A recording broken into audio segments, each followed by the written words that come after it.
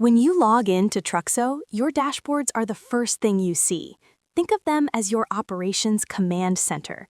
There are three. Each answers a different question about your business. Let's walk through them. First, the AI dashboard. At the top, the AI operations brief gives you an AI-generated summary of what needs attention: unassigned loads, expiring compliance, bottlenecks.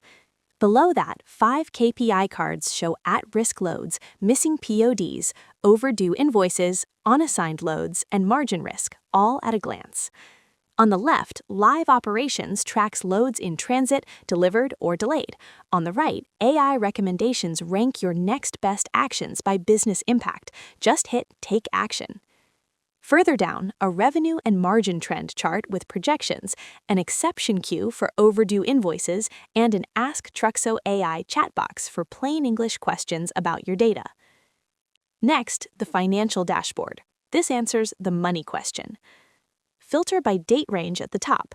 6 KPI cards cover total revenue, revenue per mile, loads in transit, shipments, overdue invoices, and pending payables, each with trend indicators. 2 charts below break down revenue versus expenses and net profit month by month. A recent activity feed on the right shows live updates across your operation. Finally, the asset dashboard. This answers the fleet question. What can I dispatch right now? 6 KPI cards show available trucks, trailers, on-duty drivers, active trips, completed trips, and pending settlements. A trips overview chart tracks volume over the year, and the trip assignment panel shows each trip's status, driver, and equipment.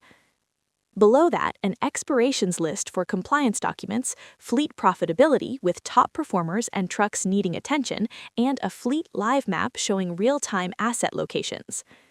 Sidebar with all 3 dashboards visible. That's your 3 dashboards. AI tells you what to do, financial tells you how the money's flowing, asset tells you what's ready to dispatch. Full visibility, one screen.